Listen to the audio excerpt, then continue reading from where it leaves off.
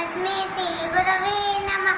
ध्यानमूलं करो मूर्ति पूजामूलं करो कृपा अखण्डमण्डलाकारं व्याप्तेन चराचरं तत्पदं साक्षितं येन तस्मै श्रीगुरवे नमः।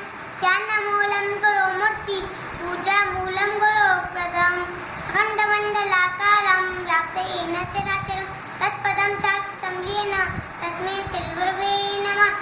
चतुष्षष्टि पयापन्ना सर्वेष्णु द्वादश देवता दोषान्ति पटे नित्यं पाठक नाशनं हरिः ॐ मा स्वस्ति न इन्द्रो वद सर्वा स्वस्ति न पूको विश्ववेदाः स्वस्ति न